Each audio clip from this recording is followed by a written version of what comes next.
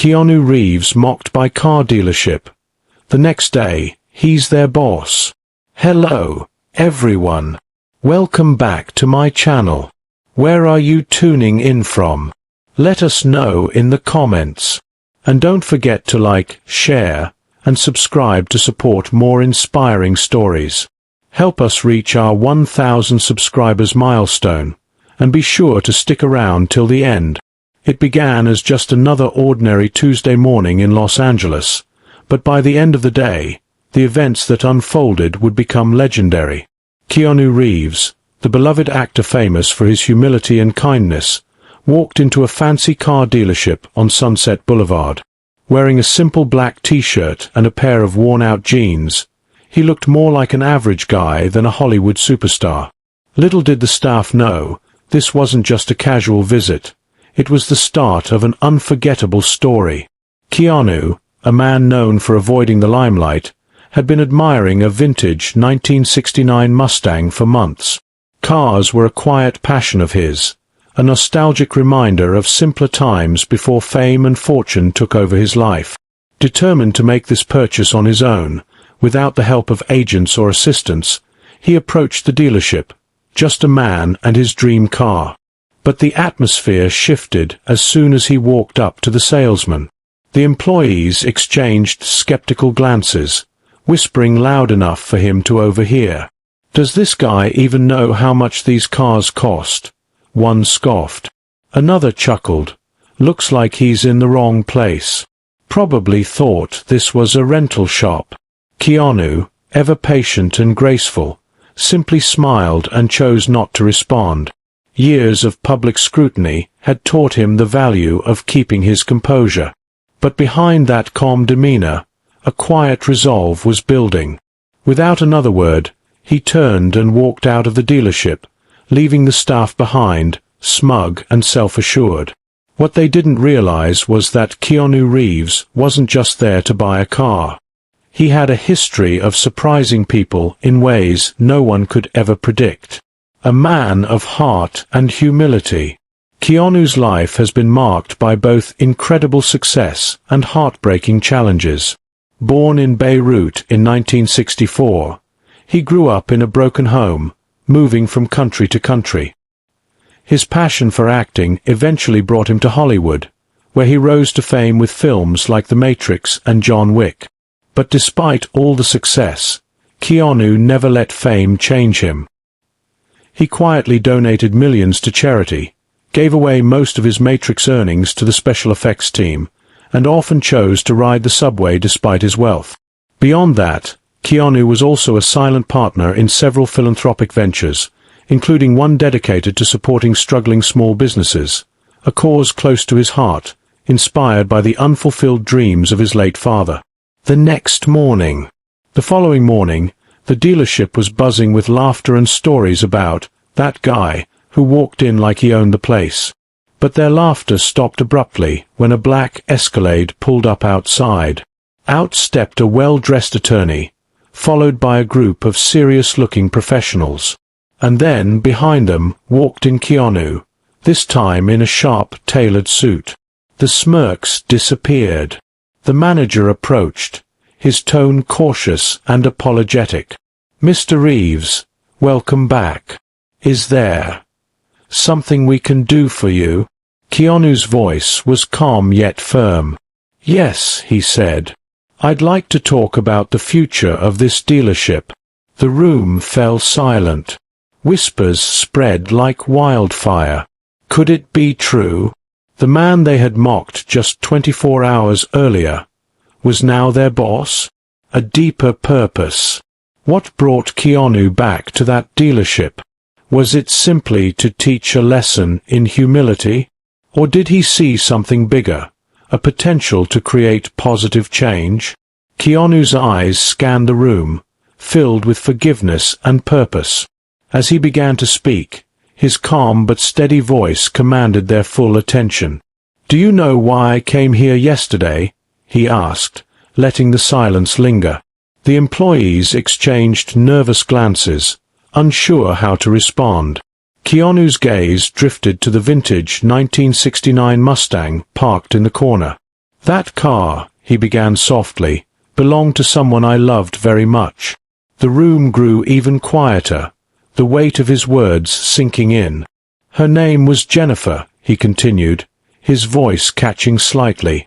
We met in 1998. She was everything to me. Kind, funny, and always seeing the good in people, even when they didn't deserve it. Keanu paused, his emotions visible. That Mustang. It was her dream car. She talked about it all the time.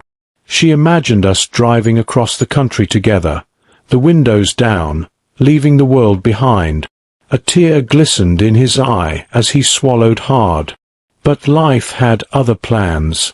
In 2001, Jennifer passed away in a car accident. I lost her, and a part of myself. The room was still, every eye on Keanu as he took a deep breath, his composure wavering for just a moment. I never got to fulfill that promise. I never bought her that car, never took that road trip. And yesterday, when I walked in here, I thought, maybe I could finally honor her memory. His voice grew firm again. Instead, I was judged, mocked. But I'm not here to punish anyone. That's not who I am, and it's not what Jennifer would have wanted. I'm here to make a difference. This dealership, your jobs, they mean something. Not just to you, but to this community.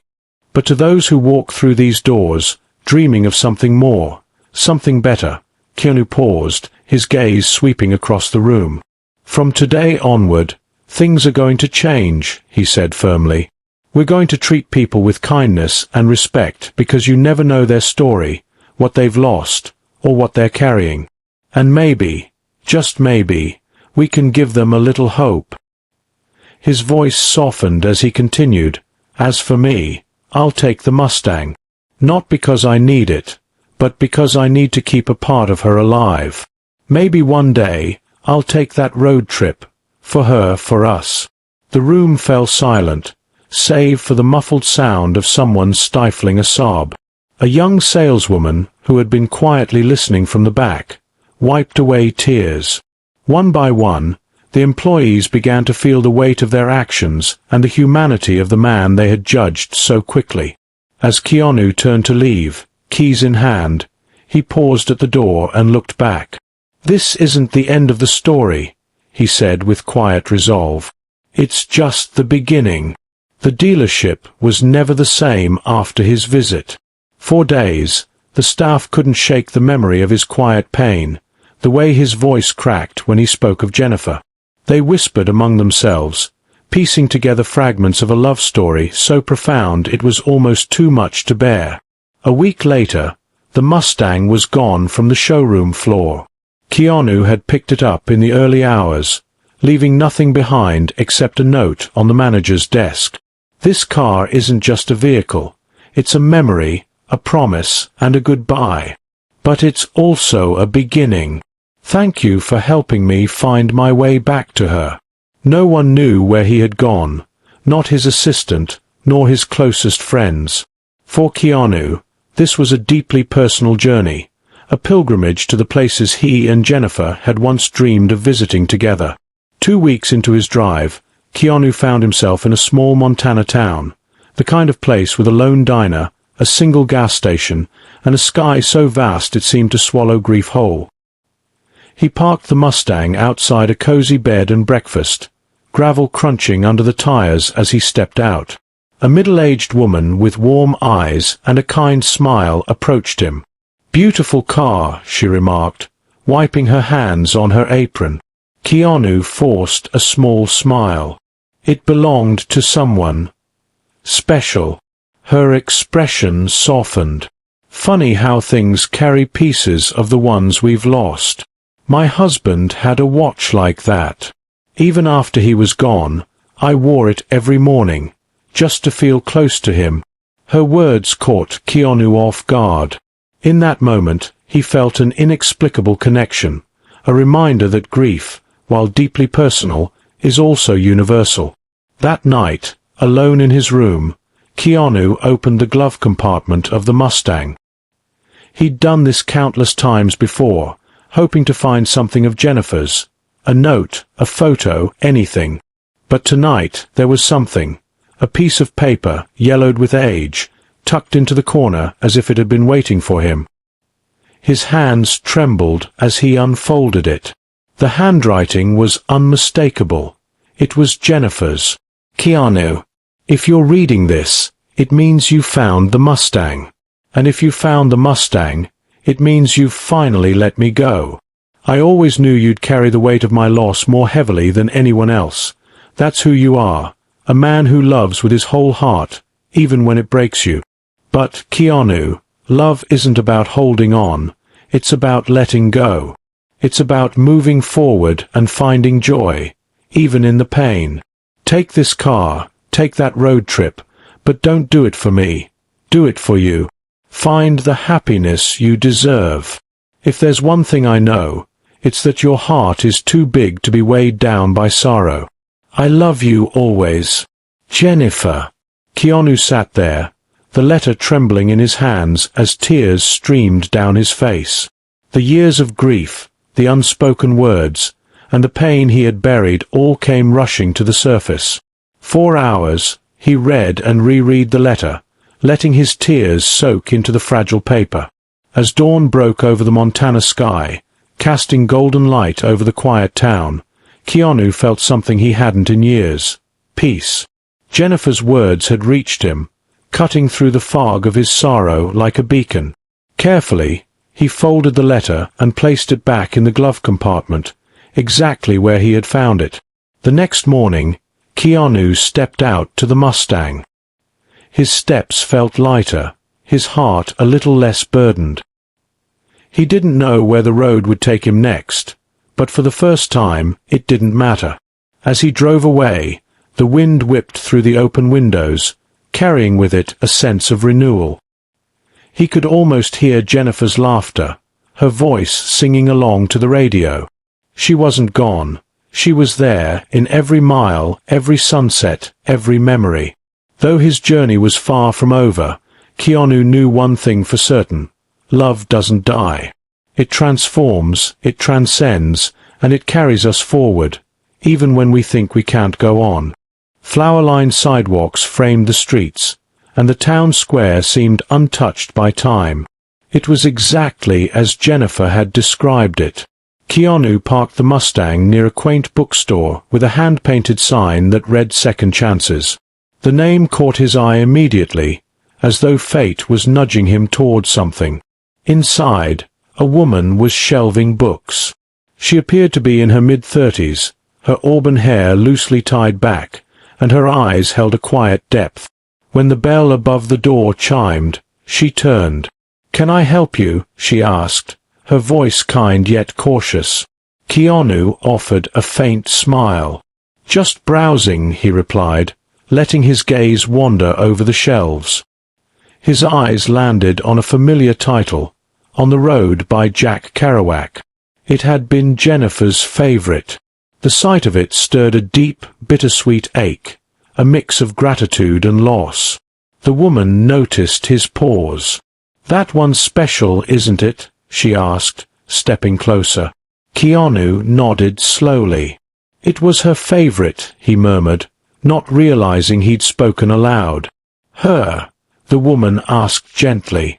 Keanu hesitated, then decided to share. "Someone I loved very much. She always talked about taking a road trip with that book as her guide. But life didn't give us that chance." Her expression softened. "Sometimes life doesn't follow our plans," she said. "But maybe it gives us something better instead." They talked for hours, seated by a large window overlooking the town square. Her name was Clara. She had moved to the town a few years ago after losing her husband in a tragic accident. The bookstore, she explained, was her sanctuary, a way to rebuild her life, one story at a time. Keanu shared his own story, the dealership encounter, the note from Jennifer, and the road trip he'd embarked on. Clara listened with quiet intensity, her eyes shimmering with unshed tears. "You know," she said softly, Sometimes we carry the ones we've lost not because we're stuck, but because they've become a part of us. They shape who we are and remind us of what truly matters. In Clara's presence, Keanu felt an unexpected connection. She understood him in a way few others could, as though she could see the wounds he carried without judgment. That evening, the town hosted its annual festival of lights. Clara invited Keanu to stay, and though he hesitated, he agreed.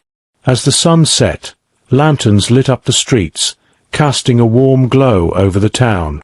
Families gathered, their laughter mingling with the crisp night air. Keanu and Clara strolled side by side, their conversations flowing effortlessly. At one point, Clara stopped and pointed to the sky. "Look," she said. Keanu followed her gaze. Hundreds of paper lanterns floated into the night, each carrying a wish, a memory, or a message to someone loved and lost. Clara handed him a lantern and a marker. "Write something," she encouraged.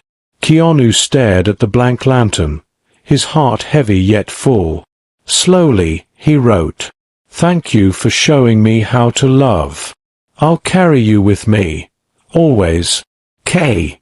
Together, they released their lanterns, watching as they ascended, glowing softly before disappearing into the stars. The next morning, Keanu prepared to leave. Yet something about the town, and Clara, made him linger. Before he climbed into the Mustang, Clara approached him. "Will you come back?" she asked, her voice tinged with hope. Keanu hesitated, then smiled.